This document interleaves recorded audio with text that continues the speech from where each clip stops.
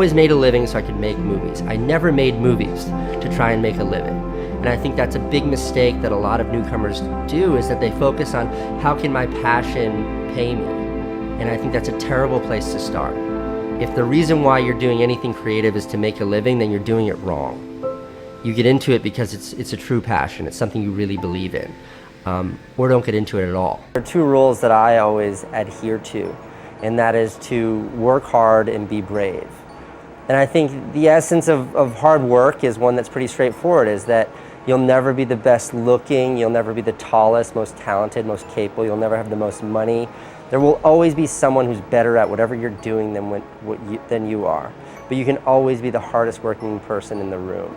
And I think the hardest working person will always win.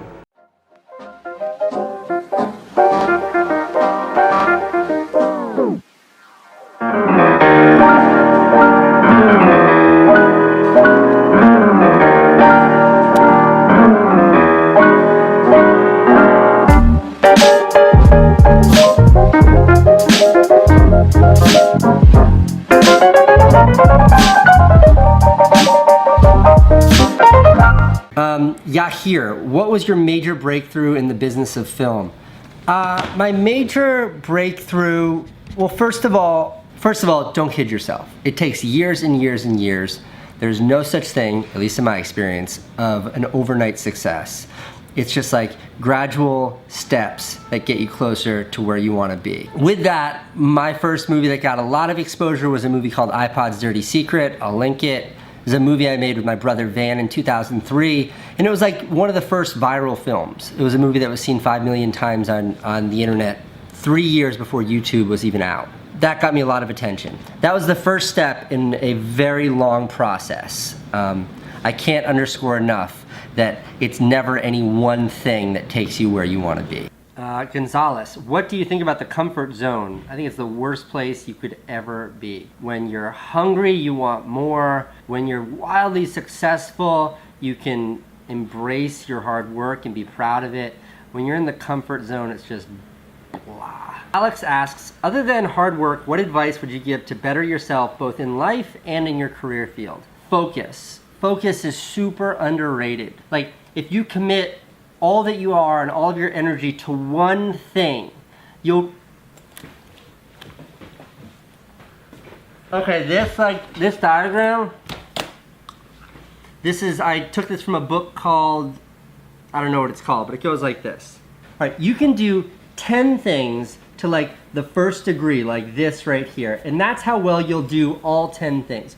Or you can do one thing to the 10th degree right there, and look how much better you do that. So when it comes to focus, to put all of your energy into one thing is to do that one thing really well, to the best of your abilities, to take it all the way. And to scatter yourself means you're never actually accomplishing anything. You're just sort of chipping away at a bunch of nothingness. And this is true for work, this is true for like dating versus committing yourself to one person, friendship, everything. Like really focusing and investing yourself into something you're passionate about will always yield better results than scattering yourself around, than spreading yourself thin. What's it like to be your own boss? You know, the last time I had a boss, I was 21 years old. So I've worked for myself almost my entire adult life. I don't know that I could function in any other environment. I don't do well when I have someone questioning my judgment, and I don't do well when I have to trust the judgment of someone else simply because they're my superior. I don't do well in that environment.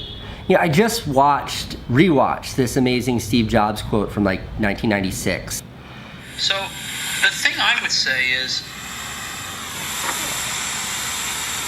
when you grow up, you tend to get told that the world is the way it is, and your life is just to live your life inside the world, try not to bash into the walls too much, try to have a nice family life, have fun, save a little money. But life, that's a very limited life. Life can be much broader once you discover one simple fact, and that is everything around you that you call life was made up by people that were no smarter than you. And you can change it, you can influence it, you can build your own things that other people can use. And the minute that you understand that you can poke life and actually something will, if you push in, something will pop out the other side, that you can change it, you can mold it, that's maybe the most important thing, is to shake off this erroneous notion that life is there and you're just going to live in it, versus embrace it, change it, improve it, make your mark upon it. I think that's very important. And however you learn that, once you learn it, you'll want to change life and make it better, because it's kind of messed up in a lot of ways. Once you learn that, you'll never be the same again. Okay, I'll link that below, but he really said it well. And when it comes to where I want to exude my efforts and energy in life, it's on something that I want to make sure is true to my own mission and my own goals. So working for myself is something I take very seriously. And everybody I work with are people who in some capacity share a similar vision. So really it's this whole like be your own boss. It's like if you're in the right place, there is no boss. It becomes a collaborative effort by a group of individuals that share a mutual ambition. And that's how I like to think of everything that I've done since I quit my last job, whatever it was, 14 years ago. Carlos asks, what makes you proud of yourself? Okay, that's a weird way to phrase it, but how I have confidence in who I am and the decisions I make is that I have this moral compass in life, and it is a summation or an amalgam of everything that I believe in, and everything that I think is right and fair and just. And every decision that I make, personal, private, business, every decision that I make is made through the looking glass, through the perspective of my moral compass, of what I believe is right and what I believe is wrong. And if it's wrong, I don't make that decision. I only make decisions that I believe in.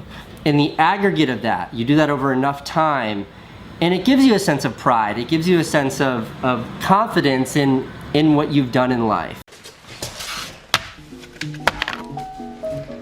Bear with me here, okay? You got your x-axis here, you got your y-axis here. These are the jobs you have in life. And here on your y-axis, you got your skills, your education, your experience, your value. And then this is you. Here's your first job. Maybe it's at McDonald's, maybe it's at Burger King, maybe you're washing dishes, but you do gain skills, education, and experience. Your value increases. Now the minute you're no longer going up, the minute your trajectory starts to plateau, you have to move on to job number 2.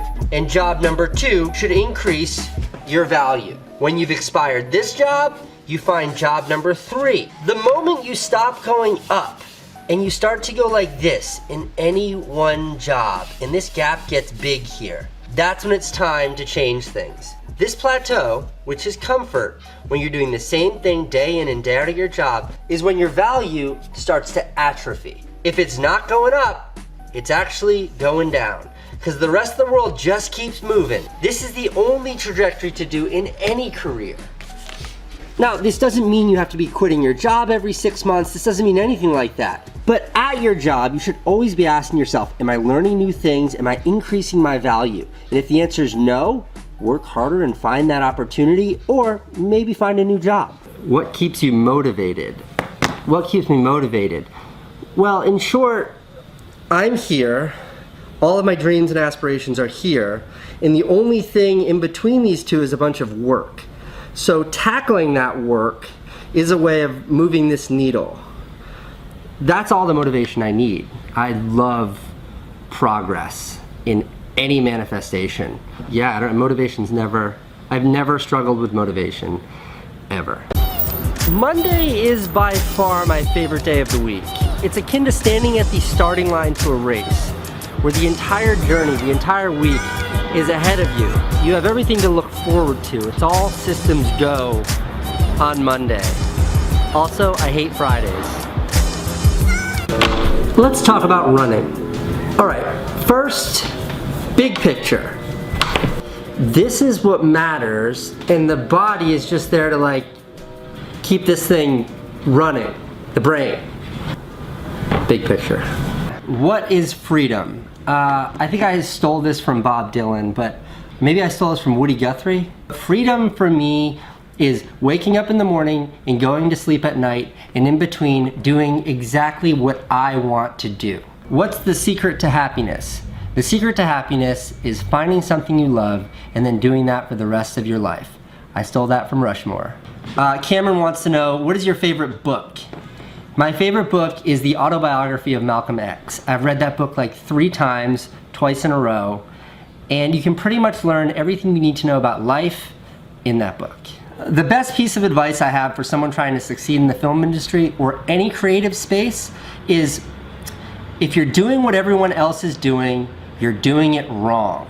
I thrive on the constant stress that is having more things that I need to do than I have time to do them. I always keep a backlog of things that I need to do just in case I have a free moment so I can do that. I never want free time. Free time is the enemy of progress. I hope that doesn't make me sound crazy. My friend Andy Spade, who's basically a genius, once said to me that work and family would make a great name for a business, because that's all there is in life, work and family. And I couldn't agree more. If you can figure out work and you can figure out family, you will be happy in life. I've definitely got work figured out. Somebody said something mean to me yesterday on Twitter. Here's the thing about being mean.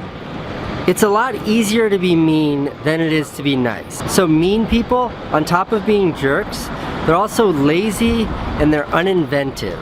Being nice takes work. That's why I really like people that are really nice. Adam wants to know, tell me how to succeed as in motivation. I can't tell you that. You have to find your own motivation. Can't rely on other people. Andrew wants to know, how do you surround yourself with the right people? That's a great question. I don't know how to surround yourself with the right people. What I do is like eliminate the bad people. If you're somebody that I don't want in my life, get out. How do you not give a shit about what anyone thinks and just do your own thing? That's a 2-part answer to a 2-part question. The first part about how do you just do your own thing? In life you have 2 options. You can do your own thing and stand out, or you can do what you're supposed to do, you can do what everyone else does, and you can fit in. There's nothing wrong with fitting in, but you're fitting into cultural or societal norms that were created by other people. Now, in some cases these norms are great, but in others they don't make sense. These norms, these rules, were created by someone just like you or someone just like me. I don't know who created these norms. Chances are they weren't anyone smarter than you or me. And if I'm not a fan of the way things are, I just do my own thing because I trust myself and I trust my perspective more so than that of other people. Part 2, how do you not give a shit about what people think of you? I should preface this answer by saying I definitely got made fun of a lot for the way that I look when I was in school, and all of those bullies that picked on me are all losers now. So never forget that. People who judge others, especially people who judge others based on things like looks, on whether you're black or white, whether you're Jewish or you're Muslim, whether you are gay or straight, because of their body type, whether they're fat or skinny, whether you have pimples or whether you have a big butt. These judgmental people, their opinions don't matter because they don't matter. Judgmental people are of a lower moral authority than those who don't judge. And we, people who don't judge, we have a responsibility to crush, to destroy those mean, judgmental bullies.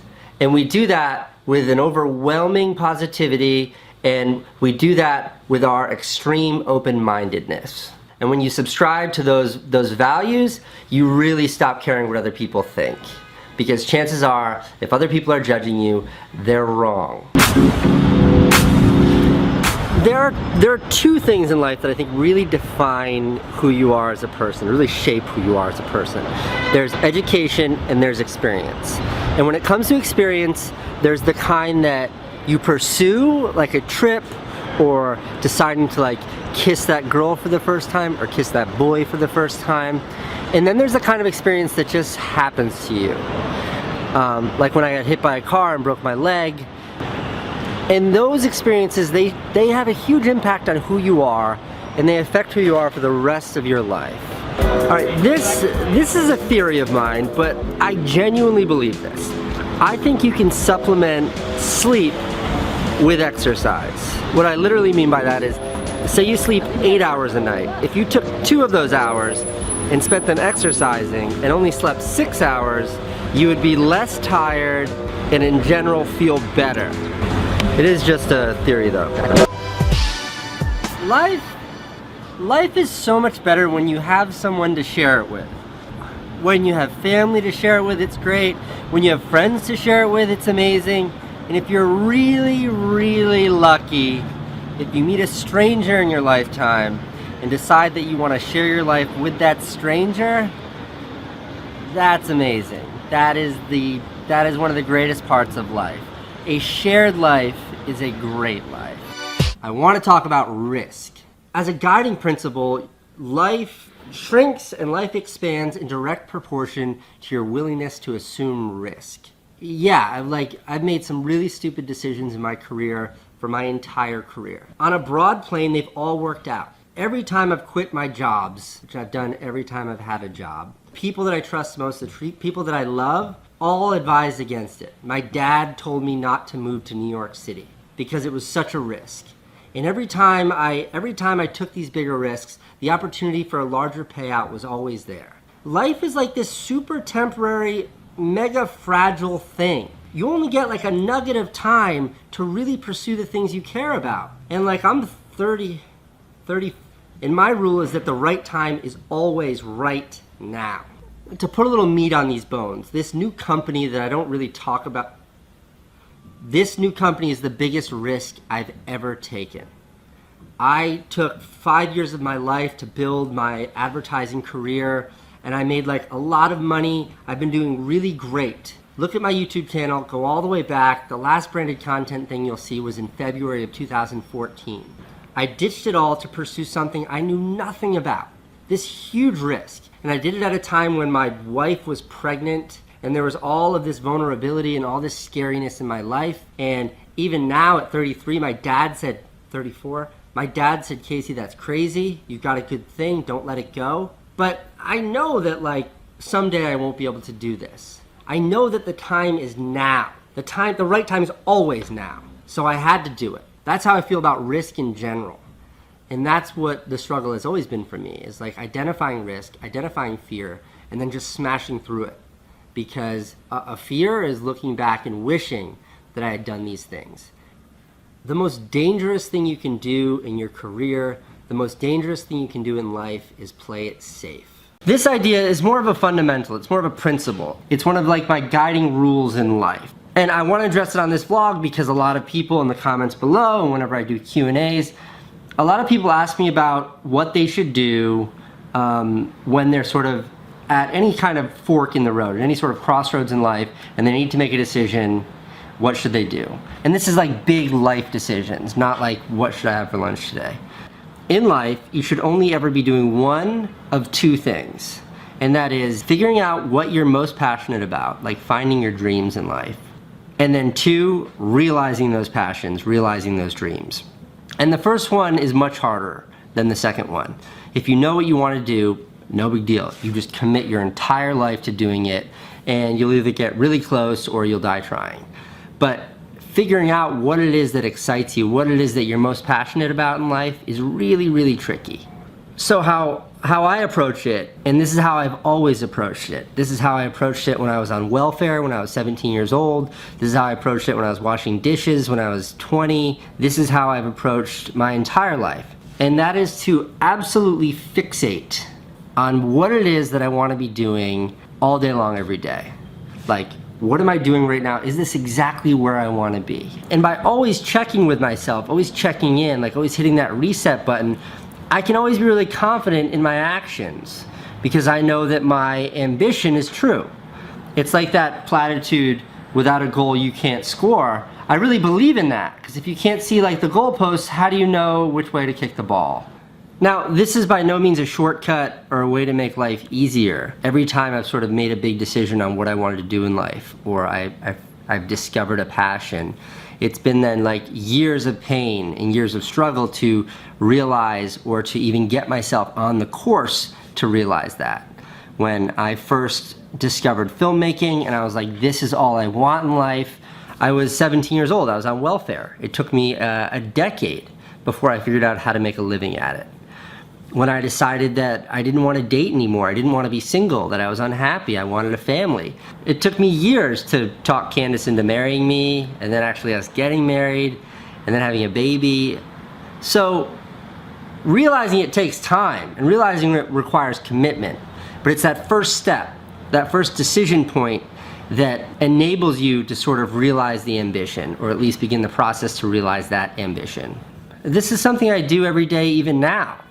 I'm 34 years old. I feel like I've come really far in life, but I want to go much further, and I'm constantly reevaluating my decisions and what I'm doing to make sure I'm on the path that I want to be on. Do I want to live in New York City forever? I don't know. I love this town, but the idea of raising children here scares the crap out of me. So that's something I'm constantly thinking about. So anyways, that's it. It's a pretty simple idea. It's something that I believe in to the point of it being like religion. I am always fixated on what am I doing and what do I want to be doing. And then that guides me. That is the lighthouse that I follow through the darkness. So what do I want to be doing right now? Right now I want to be doing two things. Number one, sharing my ideas and sharing my perspectives and making these little creations that I plop on YouTube every day. And number two is my new company. And I know I haven't gotten into it yet, but the ambition behind that company is to build something that can empower, that can affect everyone on planet Earth, that can affect the whole world. I realize that sounds lofty and ambitious, but your grasp should always be just outside your reach. What's the point in having ambitions if they aren't seemingly unattainable? Seneca said, "It's not that we have a short time to live, but that we waste a lot of it." Thank you, Ryan, for turning me on to that quote. And that pretty much sums it up. Right now, it's go time for me. I want to maximize every waking second. I'm never going to get any younger, but right now, I'm completely healthy, I'm full of energy, and who knows how long this will last. I doubt it's going to be like that when I'm 50 or 60 years old, so I want to do it now. With that, I wanted to share a little bit of my thinking behind that, like a little bit of the logic and then the mechanics behind maximizing, or my consideration for really maximizing every day. And I know that this is crazy person talk, but the truth is, the only time I really get bummed out or depressed is when I'm not being productive, is when I'm not accomplishing or doing or contributing in any way. Nothing makes me less happy than relaxation and sitting around with nothing to do. But why I'm so emphatic about all of this is that I think life is substantiated by whatever impact or whatever contribution you can make while you're alive. The finish line's the same for everyone. We're all ending up in the same place, but while we're here, what contribution can you make? Work and building things and making things and doing things and spending time with your family, those are the ways that I feel I'm contributing, that I'm accomplishing something. So why wouldn't I want to maximize my time as efficiently as possible to be as effective as I can with that? And that is why I say free time is the enemy of progress, because free time sitting around is not doing. And that's why I try to omit that entirely from my life. Harry wants to know, do you learn more from success or failure? You want to take a stab at this? Yeah, I'd say I think I learn more from failure. I guess all of us have this need or want to succeed in some way, but when you fail at something, especially when it's like a dramatic fail, it really makes you stop and take count and think, like, why did I fail? Like, how can I avoid this? I think that it's always the toughest times in your life that define who you are, much more so than the easiest times or the best times. So failures are typically some of the hardest times of your life. So when I look back and I see all sort of the pivotal moments in my life, it was always the struggle. It was always the failure that motivated me, not the loveliness of success. What's the best advice you would give to someone who's worried about their future, what to do after school? My advice is always the same, which is keep yourself extremely busy. As long as you're doing something, you will find your path. It's when you get lazy that everything becomes skewed, everything becomes gray or foggy. It's easier to, yeah, on the back of that, it's easier to steer something that's already moving. If you're just static and stationary, it's so hard to build momentum. So. You're a poet, Lou. Yeah. Why does Owen work in a donut shop? Why don't you get him a cool job? Okay, let me spend a little bit of time picking this one apart. So my son, Owen, has his first job right now, and he works at a Krispy Kreme donut place at the cash register selling people donuts, which is a tough job.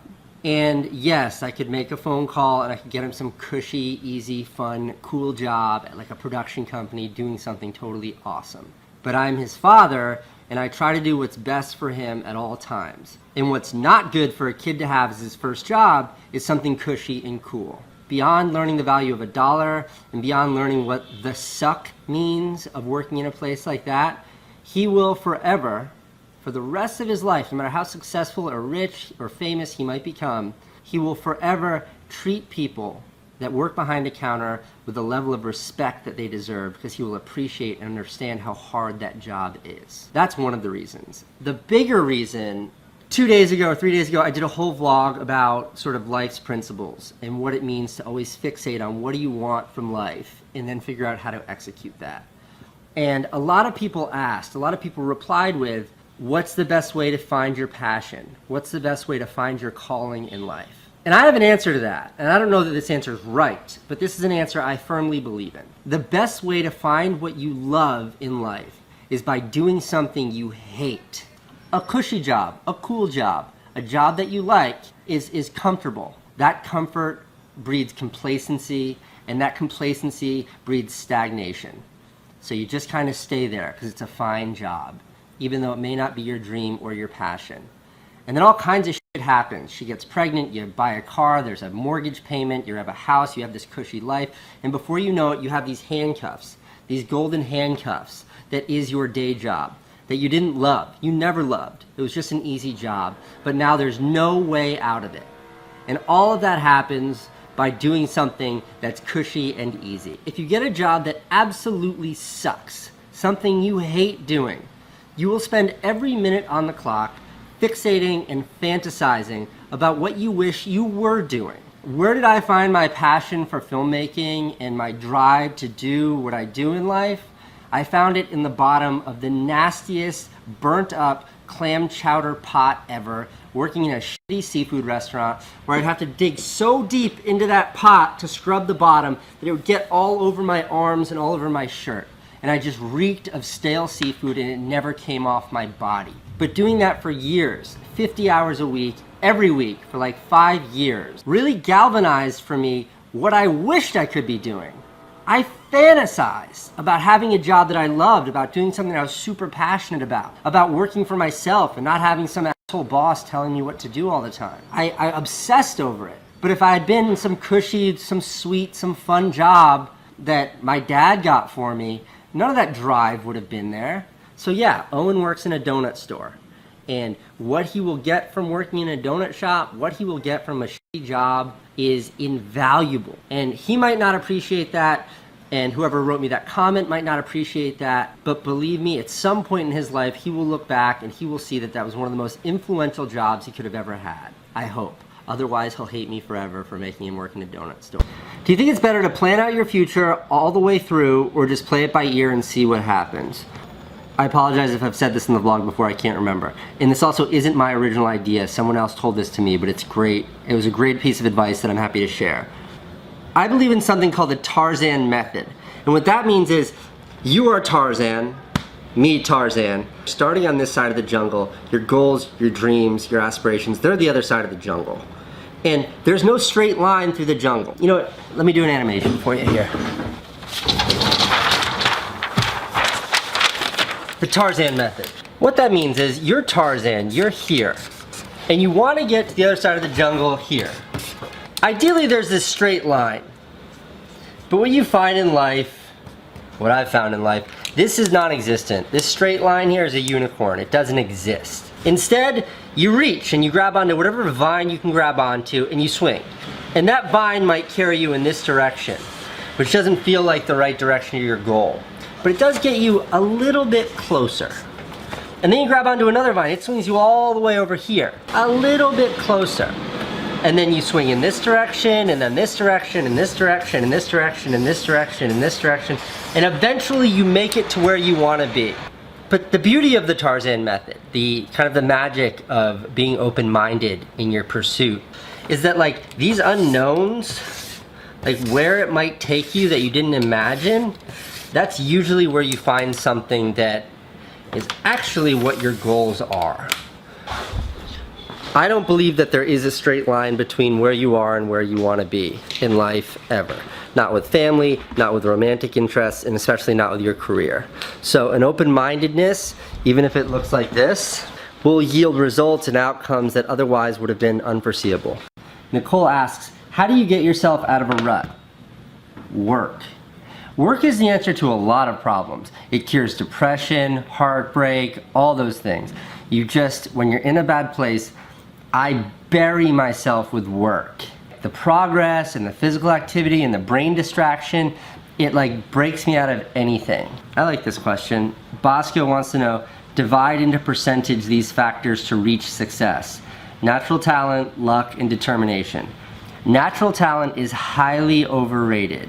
It's determination, determination, determination, and then like luck and all that other education and all that. It's like, it's not even in the same pie chart. What do you enjoy most about work? For me, work is about being productive. It's about doing something. That sense of accomplishment or that sense of productivity is what I enjoy most about work. And to me, like work and life are one and the same. So all of those values hold true when thinking about life in general. How do you manage being so optimistic about everything? What's the alternative? To be negative or cynical? There's more than enough negativity in this world, and negativity doesn't feel good. Negativity is just easy. So if you put in the time to work hard at being positive and being optimistic, it's a much better life, but it does take more work. Negative people are typically lazy people. Let's chat a little about complainers. Generally, a complainer is a person who doesn't take responsibility for their own action. A complainer is someone who would always talk about why they failed instead of how to succeed. Now, there's one simple reason why it's never ever okay to complain, and that is there's always someone that has it worse than you do. Let me give that a little context. So when I think about some of the things in my life that I'd want to complain about, some of the really hard things, and then I give them any sort of real world context, they aren't that consequential. Let me get really specific. When I was 16 years old and I had to drop out of high school to get a terrible job to support my new baby, that was pretty rough. You know, that is a big enough excuse for me to justify any actions I take in my life. I know, but I couldn't do this because. To embrace that as an excuse to complain. But the truth is that's not so bad. Dropping out of high school, like really not having much of a place to live, having no money, having a baby, being on welfare, like all those things really suck. But in the grand scheme of humanity, it's not that bad. Bear with me. I turn on my computer, I go to a news site, and the first story I read is about migrants from Myanmar that are stuck on a boat, stranded, because the Thai government won't let them into port. These are people just like you and me, and they're literally starving to death, and this is right now. I don't mean to be so extreme, but these are the things that I remind myself of anytime I want to complain or bitch about something in my life. You realize that there are people just like you and me who at this very moment are truly facing things we're lucky enough to go our entire lives without ever having to experience. Okay, let me tell one more story to back this up. One more story where like my feelings around complaining and life in general were really set straight. 3 years ago I did this project, led like a very small relief mission to the Philippines after they had been devastated by Typhoon Haiyan. This is some of the video here. That was somebody's home. People didn't have water, people didn't have food. You know, these people had nothing.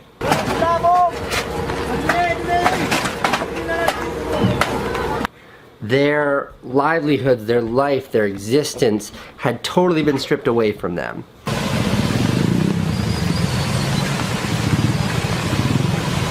And what struck me the most about the entire experience, all of my time there, was not once did anyone complain. But they lost everything, and they didn't complain. And they all focused on one thing. They focused on change, not complaining.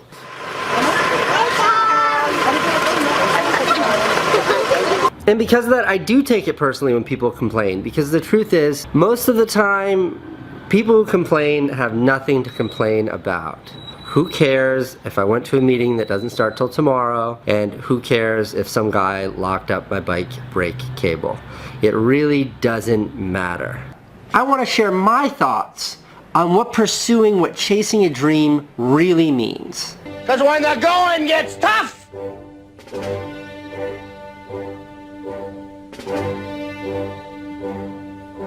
the tough get going.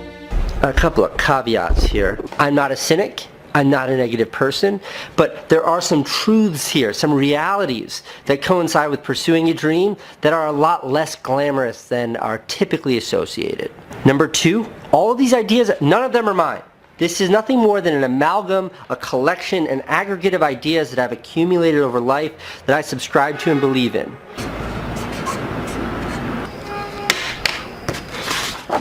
In life, you can get whatever you want, but you can't want whatever you want. That doesn't make any sense. Let me explain. If you truly are one of those people who commits a life to pursuing, to realizing a dream, you have to be a little crazy. John Baltazari says you have to be possessed. Oh, fucking die!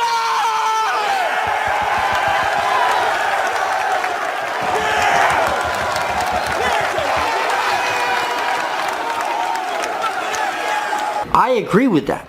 If you are one of those possessed individuals, if you want it so bad, you will get it. But not all of us, not everyone wants it that bad. So when your kindergarten teacher said to you, Billy, Susie, you can get whatever you want in this world, she wasn't wrong. But those words mean very different things to different people. Here is a guaranteed way for you to realize your every dream. It's super simple. I'm gonna write it down. If you commit your entire life to a dream, you will find it. Because if you commit your everything, your entire being, there's only one of two possible outcomes. Number one, you'll find it. You will succeed. Number two, you'll die trying. And it won't make a difference either way. So that is a guarantee. That is a positively a guaranteed way to get there. It's the guy who's willing to die who's gonna win that itch. Dreams are important. Having goals, ambition, these are the things that drive life. But in my humble opinion, there's only one determination, there's only one factor that makes you a success or does not make you a success. It's a binary. And that is, are you happy? Are you happy with the life that you live? And if you're one of those possessed, crazy individuals that is only happy in the pursuit of that dream, then that is what you do. By the way, if you're one of those people, you don't need to be watching this because you already know all of this. But for everyone else, for all the civilians, for all the people who might not consider themselves possessed, dreams matter. Goals matter. And what they do is they serve as this guiding light that steers you through life. You keep your eyes fixed on that, and life may take you in all of these crazy trajectories, and along the way, you'll find what makes you happy. That pursuit may lead you to a place you could have never imagined, but a place where you're very, very happy. Don't let your dreams be dreams. This is why there are a lot of really happy people out there who have jobs you've never heard of. It's because no matter what pursuit you choose, happiness, it is happiness that matters. So just do it! Make your dreams come true! Just do it! This is it. The real deal. The dream. Showering on an airplane. I've got 30 minutes in here to do whatever I want. I got 5 minutes of running water in the shower. That gives me 25 other minutes to fill.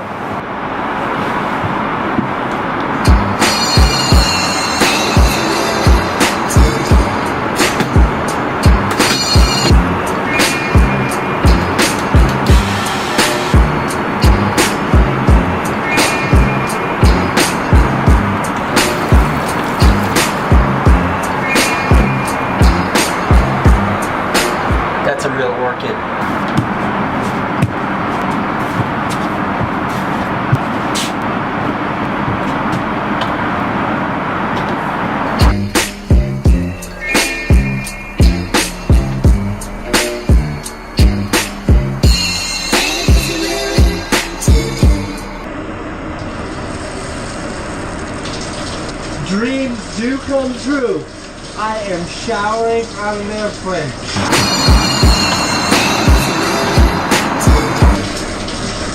This is amazing. It's everything I'd hoped it would be. I am 43,000 feet in the air right now.